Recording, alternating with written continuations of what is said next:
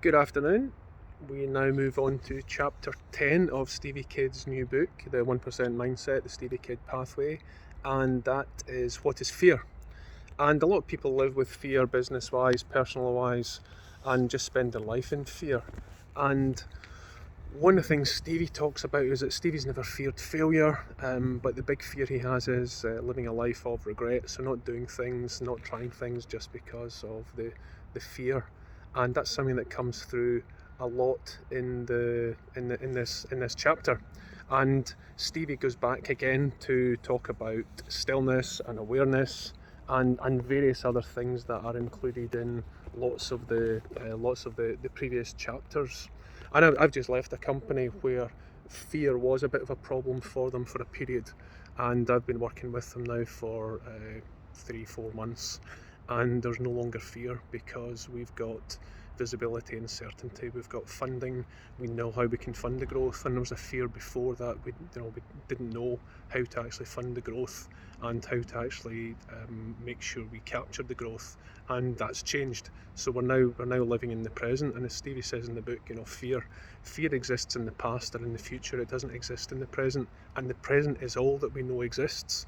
So if you're living in the present, if you're aware, then there's nothing to be afraid of.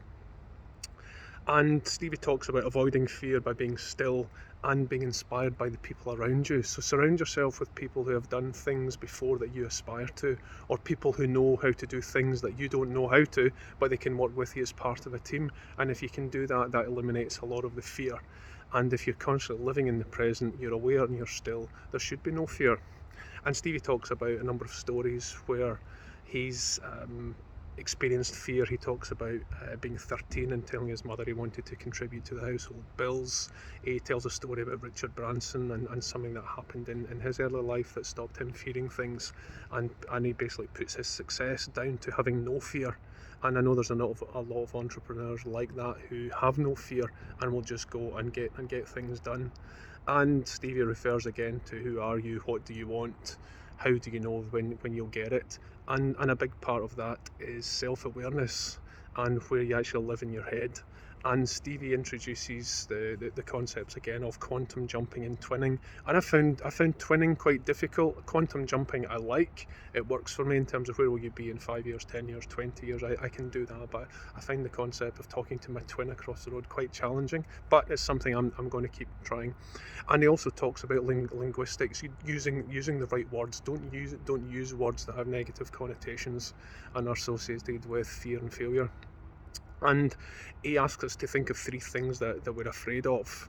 And if I'm probably very honest, there's not a lot.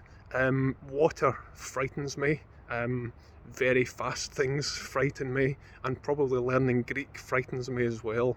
And that's probably because I'm scared of the failure on that. So I will be dealing with all of them already. I'm dealing with a couple of them.